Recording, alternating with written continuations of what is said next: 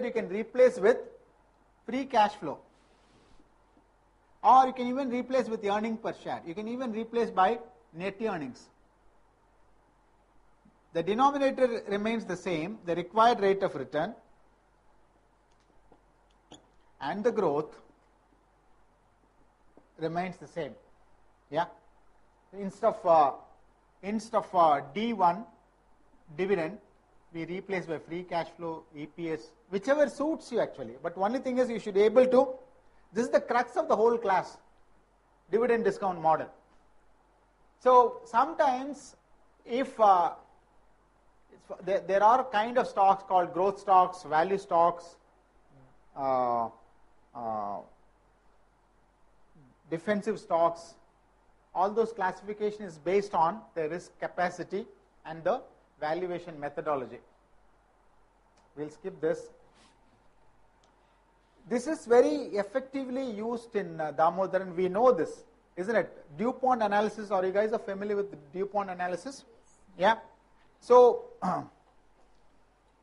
the ROE, return on equity, which is very simple mathematical calculation, can be broken down into net margin, net income by sales, sales by assets, and asset by equity. So basically you can cancel out sale here, asset here, then it becomes net income to owner's equity. By doing this,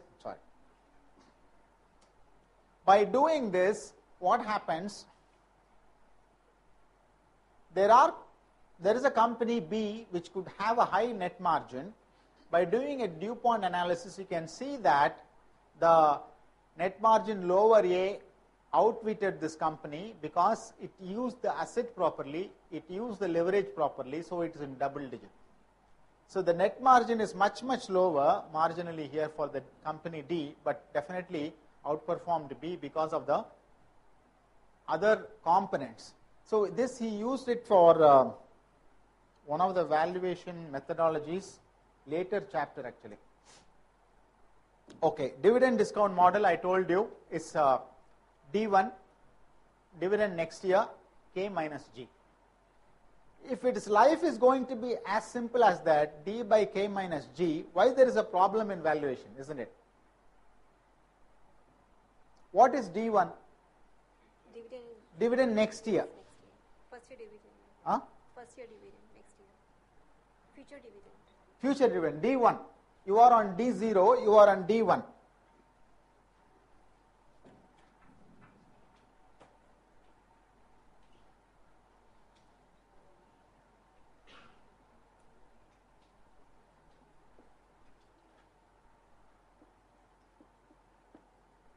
How do you get there? Simple, right? D0 to D1. How did you get there?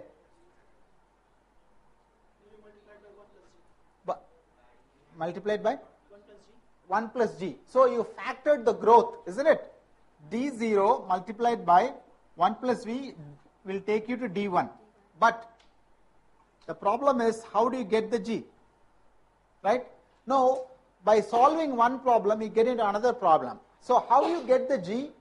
G is nothing but you have a earning per share minus distributed dividends. In other words,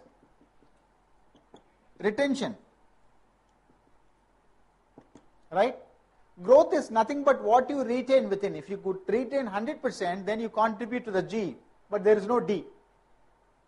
If you retain 100%, you contribute to G, but there is no D. Then the valuation matrix itself will change. The Z becomes nil actually, right? So the retention and the return on equity, ROE, say it is 20%.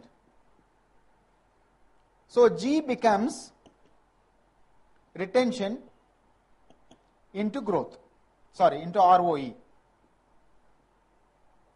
ROE. So if you retain 50% and the growth is 20%, the G becomes 10%. Makes sense? You asked me G, right? Makes very clear, isn't it? So you can arrive at the G scientifically. Okay. Then the required rate of return, K and G we have defined, and the K is the required rate of return, right?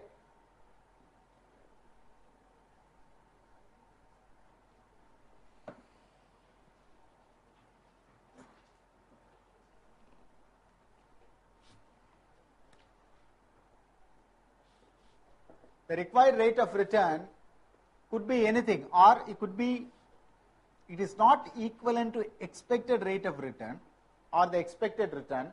Expected return is the expected return for a particular stock. Suppose if you are in Infosys and you expect 20% return from the stock, that is the expected return for the stock. But my required rate of return is only 10%. Because based on my total wealth under my command, I want to grow only by 10%. I don't want to grow by, so I am not in that space at all. Technically, I am not into the equity space then. The required rate of return is based on individual or the risk appetite of the individual guys. Okay. So the complication comes, the simple D1 K minus G, how to get the G? First of all, if there is a D, if there is a dividend, the formula doesn't work. If there is a D, what is the D1? Then you factor the G. We resolve the puzzle of D1 as well as G together. Then you get into the required rate of return. That is dependent on the individual or the group of investors, whatever the case may be. But the D1 may not expect it to grow at the same G. Isn't it? Am I confusing you? So D1 is, D0 is say 25 rupees. This G cannot be 10% for the next infinity. Isn't it? It can grow 20% for 5 years, then grow lesser after 5 years and get into some constant growth.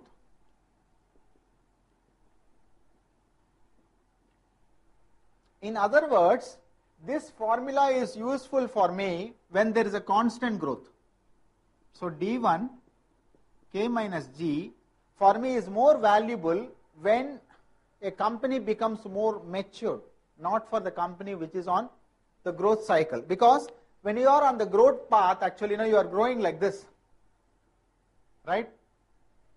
So the G which is constant, that never happens during my growth phase. It happens only in the later part.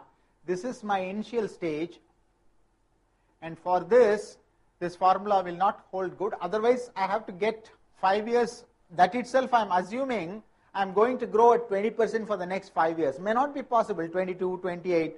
So it could be an average higher growth for some time, tapered of growth sometime, then the lower growth. So dividend discount model, in other words, can be expanded. We will come to this little later.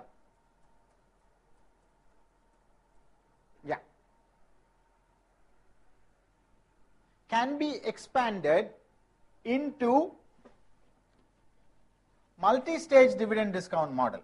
In other words, I use D1 K minus G at the constant growth and use this first formula, which is the summation actually. It is not, we'll do this, don't worry. You don't have to by heart this formula. Like CFA curriculum, you need to understand this formula. You don't have to by heart this formula. I am a firm believer that you understand the formula rather than by heart that.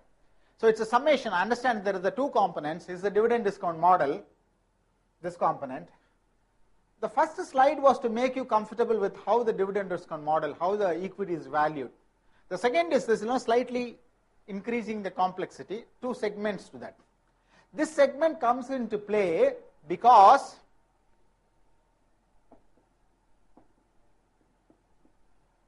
when the K minus G becomes negative, when the required rate of return, suppose you are a young guy and required rate of return is 20%, you are expecting too much from the market, right?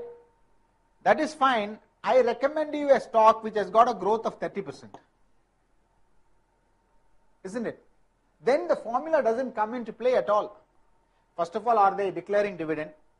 If okay, let us presume they declared the dividend. Then you can manage to compute the G, the growth of the stock. Once you compute the growth of the stock, when you come to the denominator, all your efforts are wasted because the G is greater than K. Life is miserable, right? people bet on dividend discount model. For this kind of scenarios, you get split the dividend discount model, right? Maybe confusing.